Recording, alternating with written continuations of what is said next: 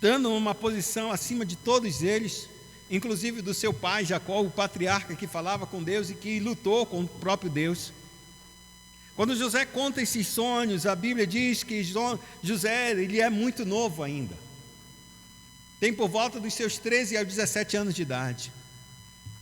E cada um desses sonhos que Deus trouxe à vida de José, José era pequeno, mas à medida que ele ia crescendo, cada vez mais ele entendia a respeito da vontade de Deus e do chamado que Deus tinha. Mas ele não entendia o que haveria de acontecer para ele passar o que ele passou e ter aquilo que Deus estava reservado entregar-lhe.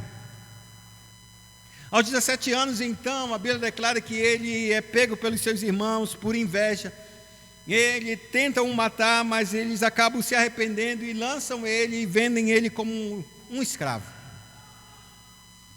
Ele é vendido como um escravo por uma comitiva de ismaelitas, uma caravana que estava partindo para o Egito, e levam esse menino de 17 anos de idade.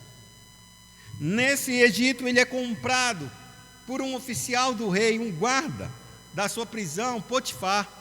E esse guarda da prisão vê em José um talento, uma habilidade, uma administração tão excepcional que faz ele colocar sobre toda a sua casa. Mas nesse mesmo período, pouco tempo depois, a mulher deste homem tem um desejo enorme de ter e possuir José, e José ele resiste até que a mulher forja uma arma, uma cilada para que ele caísse. E pela graça de Deus, Deus deu graça a esse jovem. Ele resistiu, mas a cilada era tão forte que, caso ele não cedesse, levaria ele à sua morte. E basicamente ele não foi morto por pura misericórdia de Deus. E então esse homem, que essa mulher disse que ele tinha tentado violentá-la, então José ele é preso na guarda do palácio. Ele não foi preso para nenhuma outra prisão do Egito, mas só para aquela guarda onde ficavam os prisioneiros, tipo os servidores do Estado. E lá ele ficou. Basicamente, ele entra na prisão aos 17 anos de idade. E durante esses 17 anos, a Bíblia declara que José ele foi trabalhando para o Senhor ali mesmo. E o principal que tomava conta da prisão viu em José um homem com tanto talento que o colocou para administrar toda a cadeia, toda aquela prisão, para que ninguém faltasse coisa nenhuma, nem recurso nenhum. E assim José passou os seus 13 anos aprisionado naquele lugar. Por 2 atos de injustiça, o primeiro ato de seus irmãos e o segundo ato do seu próprio patrão, na verdade, por uma injustiça e uma maledicência da sua esposa. Fato é que então José passa ali aqueles 13 anos, mas na verdade com 11 anos, ele ali naquela prisão, a Bíblia declara que 2 oficiais da guarda, 2 oficiais do palácio chegam, um padeiro e um copeiro, e assim, durante aquele período de quase 1 ano, esses homens convivem com José. José protege eles, guarda eles, e um dia, certo dia, eles têm um sonho, cada um o seu sonho, e a Bíblia declara que José trouxe a interpretação correta. Um haveria de ser livre e o outro haveria de ser executado. Ao que seria livre, que seria o copeiro do faraó, disse: quando tu estiveres lá diante do rei, fala de mim, fala sobre mim, porque eu tenho vivido a injustiça, e nessa injustiça eu permaneço até hoje. Já se vão mais de 11 anos. Aquele homem é restituído no dia do aniversário do faraó. Ele chama aqueles 2 oficiais dele, o copeiro e o padeiro. O padeiro ele mata, e o copeiro ele volta a ficar no mesmo cargo que possuía, cargo de confiança de faraó. Só que ele, a Bíblia declara que ele se esquece. Passam-se 2 anos e agora é Deus que vai falar com faraó. Deus dá um sonho, na verdade, são 2 sonhos com uma única interpretação de uma sequência, como se houvesse um break antes que ele acordasse, ele voltasse a dormir e Deus desse o mesmo sonho, mas de uma outra forma. E então, quando ele acorda e conta para os seus magos, os seus astrólogos, os seus principais sacerdotes, e ninguém consegue interpretar, é nessa hora que aquele copeiro lembra-se dos seus pecados e lembra-se de José, que José ouviu o sonho dele e interpretou exatamente como deveria ser. Então ele conta para faraó: se faraó tem um homem na prisão, um hebreu, um estrangeiro, Ele interpretou meu sonho, e aconteceu exatamente da forma como ele disse que haveria de acontecer. E então o faraó, ele chama José, e então conta para José o seu sonho. E José, ele diz assim mesmo: a interpretação do sonho não está em mim, mas está em Deus. Deus dará a Faraó uma resposta que lhe seja favorável, que lhe seja agradável, que acalme seu coração, que está turbado por não entender a interpretação desse sonho. E assim José, ele declara a interpretação das 7 vacas gordas, das 7 vacas magras, das 7 espigas cheias e das 7 espigas mirradas. E ele diz exatamente: esse número 7 são 7 anos, as coisas boas serão 7 anos de grande fartura, e as coisas ruins que haverão de se seguir serão 7 anos de grande fome, e a fome será tão extrema que não vão nem lembrar do dia em que a terra do Egito teve tanta fartura assim. Tamanha será a fome. Então, quando José, ele termina a sua interpretação daquele sonho de Faraó, ele aí traz um conselho para Faraó. Ele diz 3 coisas bem simples: escolha um homem, Faraó, faz isso, escolhe um homem ajuizado, um homem sábio, e coloque ele sobre toda a terra do Egito. Segunda coisa, coloque administradores sobre toda a terra. E terceira coisa, separe 20% de toda a colheita e coloque ela perto das cidades. Construam celeiros para que durante esses 7 anos de grande fartura venha a ser guardado 20% de toda a colheita. Ele termina o conselho assim. E a Bíblia declara que Faraó ouviu o conselho, e todos os seus oficiais se maravilharam no conselho e da forma como ele pensou e arquitetou todo o plano para exatamente enfrentar a fome. Eu creio, amados, que no reino de Deus a gente tem um Deus tão santo, tão poderoso, mas um Deus também que nos prepara para os dias da adversidade. E quando é que Deus nos prepara para o dia da adversidade? É na adversidade? Porque se for para Deus preparar-nos no dia da adversidade, para que Ele vai contar que teremos tempos de bonança, tempos de fartura? Deus faz com que a gente prepare o nosso coração nos tempos de fartura, para que a gente não coloque o nosso coração nessa fartura, porque elas podem desaparecer. E quando vão desaparecer, a gente tem que estar preparado para a escassez, porque os dias de fartura que podem vir na nossa vida e chegar na nossa vida, pode chegar um dia que essa fartura falte, e se nós tivermos guardado e de maneira sábia e inteligente feito uma provisão para os anos futuros, num tempo em que pode vir a ser uma grande escassez, todo mundo passará fome, todo mundo passará necessidade, mas você estará com pão na sua casa. Porque esse texto, a primeira coisa que eu queria dizer para nós é que Deus está nos ensinando que Deus faz as coisas, tanto boas quanto as ruins na terra. Mas não é porque Deus ele permite que a fome chegue, que essa fome tem que assolar a minha vida e a tua vida. Porque se nós temos um Deus que prepara todas as coisas e nos avisa como nós devemos lidar nessa terra, é necessário que a gente se prepare para os tempos difíceis, amados. Essa é a primeira grande lição que a gente pode tirar do nosso texto, é exatamente isso. Deus controla todas as coisas, mas aí chega dias de grande fartura que a gente pode pensar: eu estou farto, estou alegre, estou maravilhoso, nada vai me acontecer. Mas pode acontecer. Os dias podem se passar e aquela fartura toda não pode mais sustentar, porque a gente desperdiçou o tempo em que deveríamos estar guardando. E Deus ele não fala de guardar e acumular riqueza, Ele está falando de uma poupança certa. 20%. 20% dentro de uma multidão de arrecadação é enorme. Para que nos dias que vão vir, esses 20% seja enorme no tempo da fome. Porque para quem não tem nada e começa a fome, acabou para a gente. José pensou, e a Bíblia declara exatamente que a fome chegou, e quando a fome chegou, sabe o que o povo fez? Correu até Faraó e disse: estou clamando por fome, não temos comida, temos dinheiro, mas não temos comida. E Faraó disse: vão até José e o que ele disser, vocês façam. A comparação da vida de José e do estado de Faraó, porque agora Faraó, ele chama José e coloca ele no trono. Compare a administração de José com a administração de todo o reino do Egito. Cada povo, cada irmão, cada família é a família, é o povo que produzia tudo isso. As grandes colheitas foi o povo que produziu. E o que o povo fez?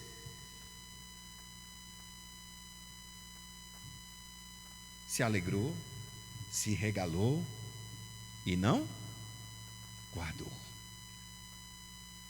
Nessa noite eu não vou falar sobre isso, porque no próximo capítulo que a gente vai entrar, a gente vai ver isso.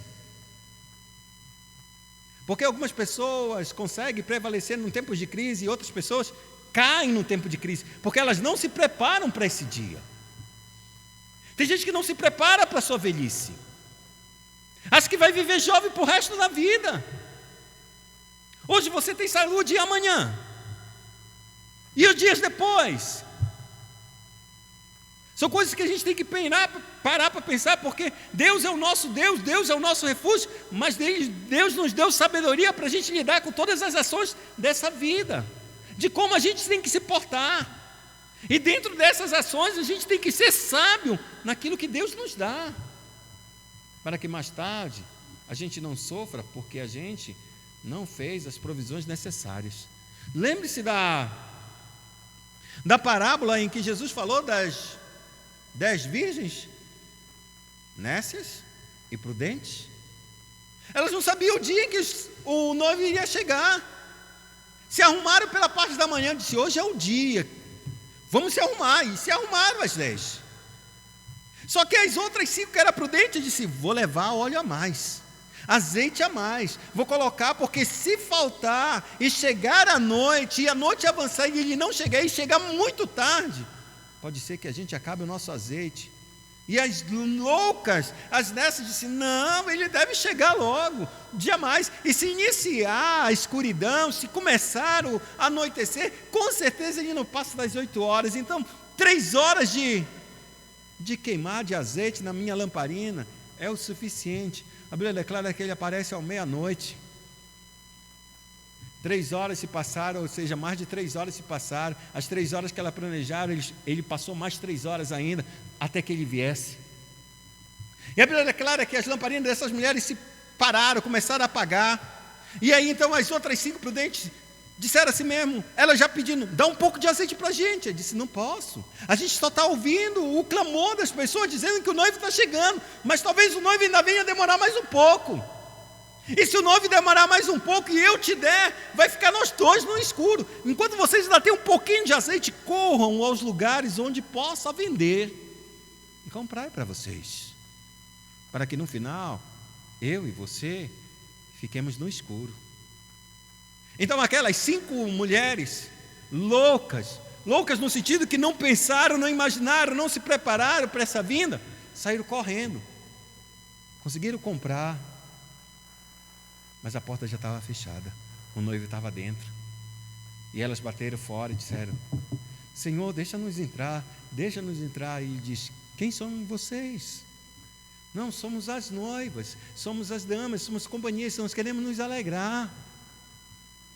Disse: os meus já estão aqui dentro. Sinto muito. Fechou a porta. Tudo na nossa vida, amados, é um tempo em que Deus ensina para nós. Por quê? Porque esse tempo de preparo, se a gente estivesse no jardim do Éden, não haveria necessidade disso, porque não haveria um pecado e a maldade, a maldição caindo sobre nós, todos os dias, enfrentando lutas após lutas. Nesse tempo em que estávamos no jardim do Éden, não havia necessidade de preparo, de armazém, não existia isso, porque o mal não chegava, o mal estava longe. Mas desde que o homem pecou, foi necessário haver provisão. E a primeira provisão que Deus fez foi cobrir este homem, matar um carneiro e colocar um avental sobre ele, colocar vestes sobre Adão e Eva, para enfrentar o mundo que estavam saindo agora do jardim de Deus. A partir de então, agora eles têm que começar a se preparar para as coisas que haverão de acontecer. Preparar com os recursos que Deus nos dá para se preparar com as coisas que podem de ruim vir a acontecer. A Bíblia diz que Faraó se agradou e os seus conselheiros também se agradaram dessa palavra. E aí ele diz assim mesmo: acharíamos porventura um homem como este, em que há o Espírito de Deus? A terra toda está procurando homens de Deus, homens em que o Espírito de Deus habita nessa pessoa. Porque é nesses homens onde há o Espírito de Deus, há um entendimento melhor e mais significativo para fazer a coisa que é certa com os recursos que tem nas suas mãos. Para aqueles que não têm do Espírito de Deus, não conseguem entender essa vontade de Deus, e a igreja ela é chamada exatamente para entender que os resultados e as coisas que vêm adiante na sua frente, ela tem que ter um espírito de discernimento para saber como agir em cada uma dessas situações. E por isso, Faraó, ele chega assim e disse: você me trouxe um conselho, você trouxe a interpretação. E eu pergunto, ele vira para os oficiais, ele vira para os mais nobres dele e diz: onde a gente vai encontrar um homem como este? Eu olho para vocês e não há ninguém. Vocês não eram incapazes de interpretar o sonho. Ele não somente interpretou, como também deu o conselho mais eficaz que a gente poderia pensar e imaginar para resolver a situação que haverá de acontecer daqui a 7 anos. Não encontrem vocês, porque o Espírito de Deus está nesse homem. E então ele termina dizendo: depois disse Faraó a José: visto que Deus te fez saber tudo isto, ninguém há tão ajuizado e sábio como tu. E aqui a gente tem que entender bem claro isso. Essa pergunta também é para nós, porque o Faraó, ele disse para José: quem é tão ajuizado e sábio como tu, que Deus te fez saber todas essas coisas? Porque Deus te fez saber todas essas coisas, tu é um homem mais sábio e mais ajuizado em toda essa terra. A pergunta que eu faço para a igreja é: o que Deus tem te feito saber? O que Deus tem te feito conhecer da sua vontade? Porque aquilo que Deus nos faz conhecer da sua vontade é para que a gente seja sábio e ajuizado. Porque o mundo lá fora diz no seu coração: Deus, não há Deus. E o resultado é: corrompem-se e praticam iniquidade. O que é que a gente sabe de Deus para a gente não se corromper e praticar iniquidade? Será que porventura no nosso coração declara o que é a vontade de Deus, mas ele está morto no nosso coração porque nós o negamos com as nossas obras? Isso é ser ajuizado? Pois foi isso que as mulheres loucas, as virgens loucas, bateram na porta do Senhor. E ele não ouviu, ele não abriu. O apóstolo Paulo, ele diz: nós que temos essas promessas tão graciosas, tão preciosas, deveríamos ser sóbrios em todo o tempo, remindo esse tempo, porque os dias são maus. Nós que temos a esperança de ver Cristo voltar, nós que temos a esperança da vida eterna, nós que temos todas essas preciosas promessas e verdades, estamos nos tornando mais ajuizados? Ou fazemos como os homens: ele há de demorar mais um pouco, e talvez ele não deve vir agora, não. Ainda tem muita gente para ser ouvido o Evangelho. Lembre-se que essa missão não é da igreja, essa missão é do Senhor. Nunca é da igreja a missão de pregar o Evangelho e salvar as pessoas, nunca. A igreja foi chamada para entrar na missão de Deus. A missão é de Deus. É por isso que ele vai no jardim do Éden e mata o cordeiro e coloca a veste em Adão e Eva. É ele que faz toda essa obra. A minha missão é de resgatar esse homem. É a minha missão resgatar um homem, um eleito, um grupo de pessoas para mim mesmo. É a minha missão. E eu vou chamar pessoas para entrar na minha missão. É por isso que Deus faz para a gente sermos submissos, estar debaixo da sua missão. E a gente deve ser ajuizado para obedecer essa missão. Para que a gente olhe e não veja uma igreja vazia. Para que a gente olhe, não olhe e esqueça, meu irmão estava aqui, porque ele não está mais. A gente se preocupe com aqueles que desistiram de caminhar. Se preocupe e ore e busque a Deus para que essas pessoas voltem, porque o tempo está chegando e o preparo é agora, amados. É agora. Não é amanhã e não é depois. Porque esse é o tempo em que Deus tem feito conosco, para nós buscarmos a sua face, estarmos na sua presença e clamarmos por misericórdia por aqueles que não estão ouvindo Deus, aqueles que estão se esquecendo de Deus. O faraó, ele disse: Deus te fez saber tudo isso. Tu és o mais ajuizado e mais sábio para ser o escolhido e ocupar essa posição que tu mesmo aconselhastes a mim. Quando Deus revela a sua vontade a nós, a gente tem que ser ajuizado. A gente tem que ter bom senso e dizer: tenho que caminhar. Porque se a gente pegar outra rota, mostra tão claramente que o que Deus falou talvez seja para outras pessoas e não para nós. Isso não é ser sábio, e isso é ser um tolo. E então Faraó começa a dar exatamente, a empossar José, e ele o empossa da seguinte forma: administrarás a minha casa, e a tua palavra obedecerá a todo o meu povo. Somente no trono eu serei maior do que tu. Essa é a primeira palavra que Deus, ou que Faraó traz a José. Isso é uma analogia clara a respeito de Cristo, mas também uma analogia a respeito de toda a igreja. Porque a Bíblia declara que todas as coisas, até os inimigos, ele vai colocar debaixo dos pés da igreja. Significando dizer que a igreja ela vai ser a segunda com o Senhor. Se ela é a segunda com o Senhor, só Deus está acima da igreja. E se só Deus está acima da igreja, é necessário que a igreja então entenda claramente a sua vontade e aprenda a viver essa vontade, a sua autoridade nessa terra. E se ela tem que aprender a ser humilde e saber que exatamente existe um Deus acima dela. E não é porque ela tem essa autoridade, porque Deus a fez conhecer a sua vontade, que ela se tornou melhor do que qualquer outro homem, melhor do que qualquer outra pessoa. Não! É para que ela entenda e aprenda que Deus a salvou. Mas não foi pelos seus méritos. Deus a salvou pelos méritos de Cristo, que morreu por ela, que deu a sua vida por ela. E por isso ela exerce autoridade nessa terra. É por isso que a gente pode ir para os 4 cantos dessa terra e falar com qualquer pessoa deste mundo.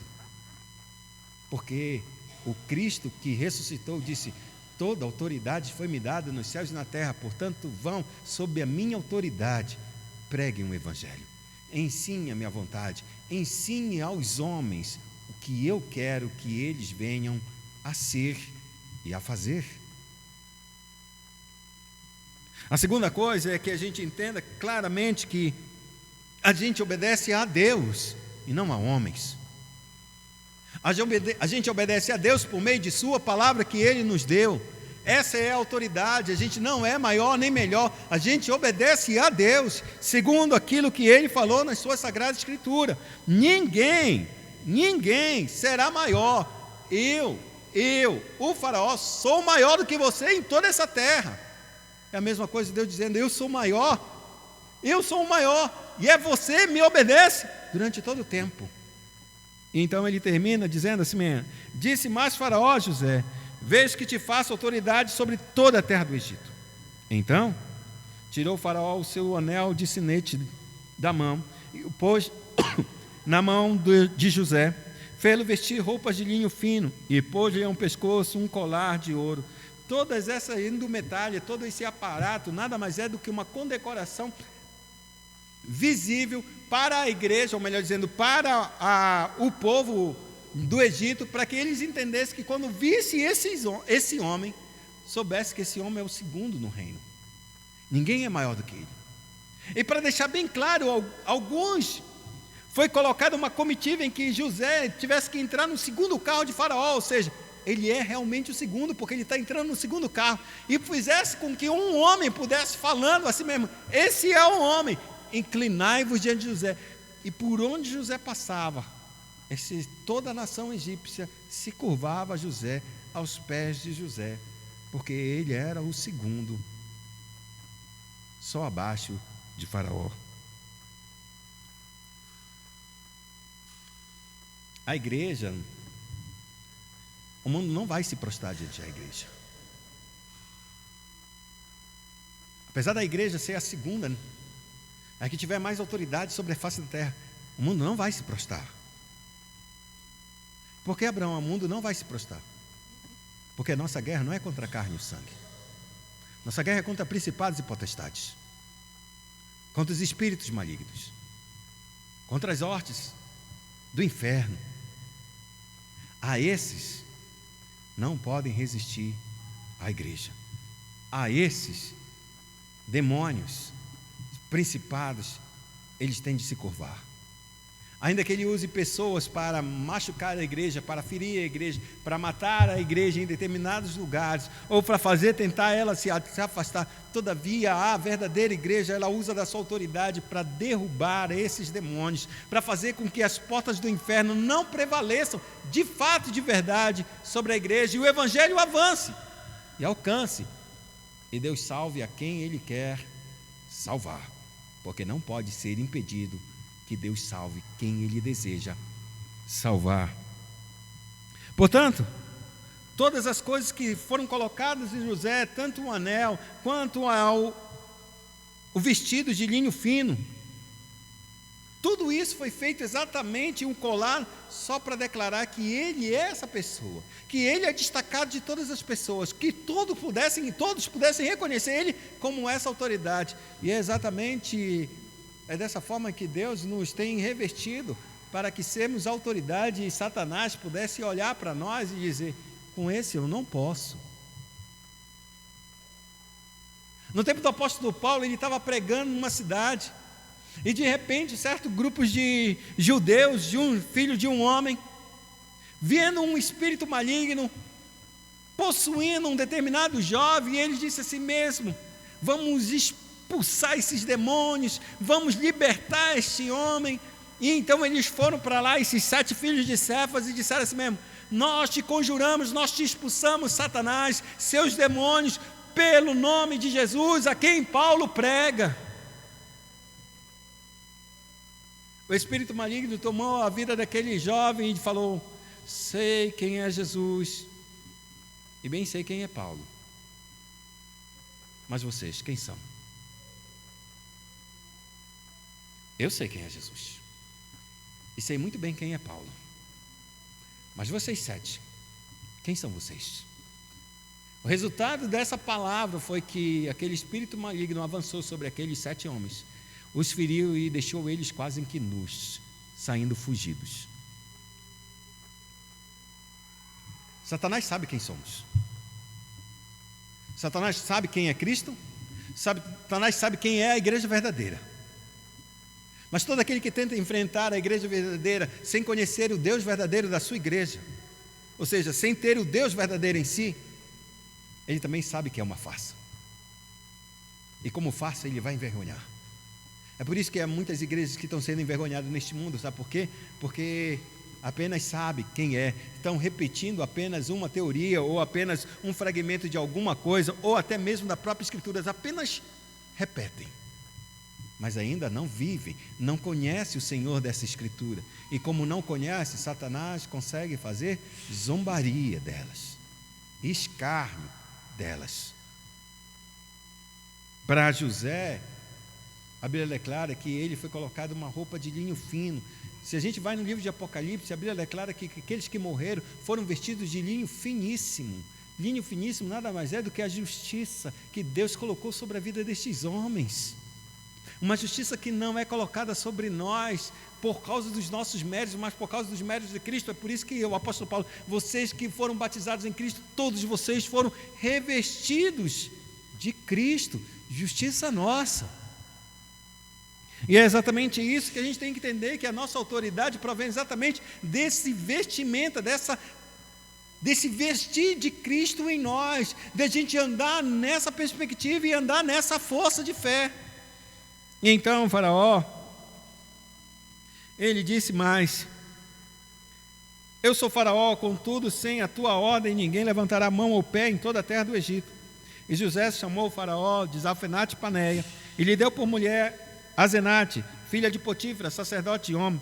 E percorreu José toda a terra do Egito.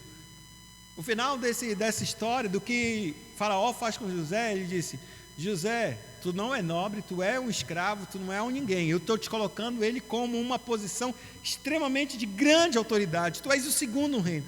Todavia, tu não tem lastro. Tu não tem um pedigree aqui no Egito. Eu vou te casar com a filha de Potífera, o sacerdote On, ou seja, ele está casando com uma mulher pagã de um pai que exerce o sacerdócio, ou seja, a religião pagã. E José casa. Ele vai dizer que não, está saindo da prisão, ele tem que casar. Mas aqui o fato interessante é que a Bíblia declara que José não se corrompe com essa adoração. É diferentemente de Salomão, que quando se casou com as mulheres da terra do Egito, as mulheres, a princesa, a Bíblia declara que ele aprendeu as práticas delas e passou a adorar os deuses dela, a satisfazer o coração dela, e não foi fiel ao Senhor como foi Davi. E por causa disso Deus julgou Salomão e dividiu o reino por causa dele, por causa dos seus pecados, que ele não permaneceu diante do Senhor, porque ele idolatrou ou adorou outros deuses. Diferentemente de José, ele permanece fiel, mesmo ele casando, e ele não foi ele que buscou a mulher, deram para ele. Ele, como um escravo, ele não podia fazer coisa alguma senão receber e casar. Mas todavia esse casamento trouxe bênção para a vida de José e não maldição, porque José permanece na presença do Senhor. E como é que a gente sabe que José permanece na presença do Senhor? Antes que ele passe para a vida de José, exatamente no seu núcleo familiar, José começa a manifestar a administração da sua autoridade. E a Bíblia vai dizer: com 30 anos de idade, José se apresentou a Faraó, rei do Egito, e andou por toda a terra do Egito. Nesses 7 anos de fartura, a terra produziu abundantemente. E aqui ele diz claramente: ele andou por toda a terra. José não sentou para olhar as coisas que viriam de acontecer, não. Ele deu uma ordem e disse assim mesmo: tu tens que colocar um homem, depois tem que colocar administrador, e depois temos que colocar os celeiros perto de cada cidade que vai produzir. O que José ele faz? Ele começa a andar por toda a cidade para saber, em toda a terra do Egito, para saber aonde estão os melhores lugares, onde ele vai colocar as coisas que deveriam ser guardadas. O cereal, o trigo, todo o alimento que estariam lá. Ele anda por toda a terra. Ele não descansou. Ou seja, sabendo da situação, ele trabalha com afinco, olhando para o futuro. Ele guarda e prepara para o futuro. E essa é a nossa visão. A gente tem que estar sempre olhando para o futuro. A gente trabalha no hoje, crendo que o futuro seja amanhã. Mas se ele não chegar, a gente continua a trabalhar. Ele rodeia a cidade, a terra, para ver aonde estão os locais mais difíceis. Por quê? Porque se a terra ela vai produzir com grande quantidade, e a terra do Egito já era uma potência, ela vai se tornar uma potência maior, mas no tempo da escassez, pode ser que inimigos se levantem com força para tentar lutá-lo. E as cidades mais fracas serão os primeiros alvos das pessoas pegarem aquela comida. E então tudo que nós guardamos perecerá. José, ele anda por toda a terra para encontrar os pontos fracos e os fortes, e aonde ele deve colocar cada uma das coisas e cada uma das guarnições, proteger aquelas cidades. Porque na fome, amado, até os próprios cidadãos vão roubar supermercados, vão entrar para saciar a sua fome. E tem que haver ordem para que todo mundo pudesse ser perfeitamente suprido na hora da escassez. E assim José faz. E a Bíblia declara que a terra produz. E ajuntou José todo o mantimento que houve na terra do Egito durante os 7 anos, e os guardou nas cidades. e o mantimento do campo ao redor de cada cidade foi guardado na mesma cidade. Ele não deixou que as cidades que produziam, os seus próprios habitantes, que, vamos supor, a Alto Paraíso, o Paraízinho produziu, a Cidade Baixa produziu, então vamos colocar tudo aqui. Não. Vocês produziram, vai ficar com vocês, guardado com vocês. Vocês mesmos não protegerão a própria cidade, o próprio mantimento, porque vocês fizeram. Ainda que vocês estivessem pagando um imposto, vocês sabem que o trabalho de vocês está ali. E quando a fome vier, ainda que eu não saiba que vai, eu nem acredite que vai acontecer, eu sei que ali vai ter alimento, e então eu terei dinheiro para comprar esse alimento, e não terei que me deslocar a longa distância para ter aquilo que eu quero. Essa é a ideia, mais ou menos, dos postos de saúde. Em cada bairro tem um posto de saúde e um hospital para as coisas mais graves. Não se coloca um hospital em cada bairro, se coloca posto de saúde, onde as pessoas têm os primeiros contatos, a contínua cuidado da vida de saúde. É assim que deveria ser. Mas a gente chega às vezes nos postos de saúde e não tem tudo aquilo que a gente deseja, não tem tudo aquilo que quer, mas a ideia é correta, a ideia é certa. Apenas não tem todas as instrumentalidades que era necessário para que a gente não saísse do posto e não tivesse que vir aos hospitais, onde nem aqui nesses hospitais a gente tem os recursos necessários. Mas a ideia é a correta. E é isso que José ele faz. Ele prepara as coisas. E o povo se agrada e ele vai passando. A Bíblia declara que ele vai juntando, e chega ao ponto de ele quê? Perder a conta. Não tem mais recursos, não dá mais para a gente contar. A gente arrecadou tanto que não tem como mais contar, não dá mais no livro de caixa. Deixa como está, agora já chega. Vai colocando e vai guardando, não dá mais para computar nada uma dessas coisas. E agora, nesse ponto, durante esses 7 anos de tanta fartura em que ele está trabalhando, ele olha para a família dele. O Moisés, ele puxa a história de José agora e traz um retrato, um recorte claro do que aconteceu com José quando ele casou. E aí a Escritura diz claramente: antes de chegar à fome, nasceram 2 filhos a José, os quais lhe deu Asenate, filha de Potífera, sacerdote de On. Ele volta a repetir de novo: a mulher que foi dada a José em casamento é uma mulher pagã, a família dela toda adora outros deuses, e tu, José, o que tu vais fazer com essa família? Então José, ao primogênito chamou de Manassés, pois disse: Deus me fez esquecer de todos os meus trabalhos e de toda a casa de meu pai. A primeira coisa que José faz, ele coloca o nome do filho, e o nome do filho não é ao Deus de homem, ele coloca Manassés. E em Manassés ele tem um significado precioso para José. Deus me faz esquecer. Mas o que ele fez esquecer? Fez esquecer de todos os meus trabalhos, ou seja, de toda a minha dor, durante os 13 anos que eu sofri naquela masmorra, durante todo o tempo que eu vi a face dos meus irmãos com ira e ódio, todo dia eu via e percebia. Deus me fez esquecer. Quando Ele me deu um filho, eu vi a esperança de novo. Eu vi que Deus ainda é bom, que apesar das dificuldades, o meu coração não é amargurado. Deus fez coisas boas comigo, apesar dos 13 anos de espera. Deus me fez esquecer os meus trabalhos, as minhas dores, os meus sofrimentos, e não somente isso, de toda a casa do meu pai. Ele não está dizendo que ele esqueceu os seus 12 irmãos, ou melhor dizendo, seus 11 irmãos, nem tampouco seu pai, porque sua mãe já era falecida, nem tampouco esqueceu Jacó. Ele estava dizendo que eu era órfão. Deus me fez ter uma família de novo. Fez esquecer a minha história, ou seja, de um homem que não tem mais pai, não tem mais mãe, não tem mais irmão, é um Zé Ninguém, é um órfão. A dor de estar sozinho, de ser sozinho, de só ter Deus, era horrível para José. Então, quando Deus concede a ele um filho, ele diz: Deus me fez esquecer não somente as minhas dores, Ele me fez ter a minha própria família. Eu tenho família agora. E a Bíblia declara que ele tem esses 2 filhos nos 7 anos de fartura, porque Deus está mostrando para ele que o tempo de abundância está vindo, e que Deus protegeu a vida dele, que ele não precisa ficar amargurado com as coisas que aconteceram, porque tudo é um projeto de Deus para que acontecesse do jeito que acontecesse, para ele ser o que ele deveria ser.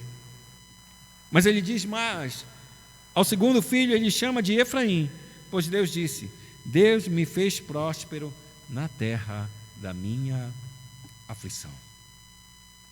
Ele novamente volta para Deus e diz a si mesmo. Ele poderia dizer: com a minha sabedoria, com a minha inteligência, eu consegui ser o cara. Eu sou o segundo, ninguém é maior do que eu. Todo mundo me bajula, todo mundo se prostra diante de mim. O único que não se prostra é só uma pessoa, e é Faraó. O resto, todo mundo tem que se prostrar. Foi o meu poder, foi a minha inteligência, foi a minha capacidade.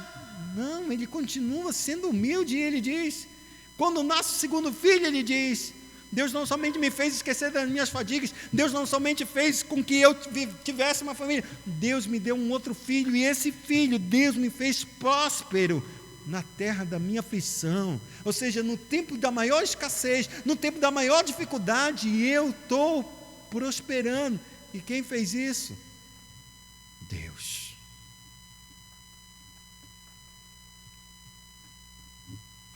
É como o salmista diz: invoca-me no dia da tua angústia, eu te ouvirei e tu me glorificarás.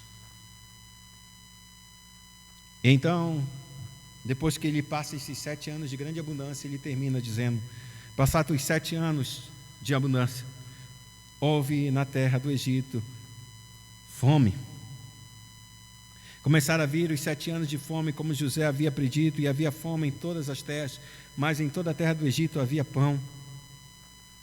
Sentindo toda a terra do Egito a fome, chamou o povo a Faraó por pão. Clamou o povo a Faraó por pão.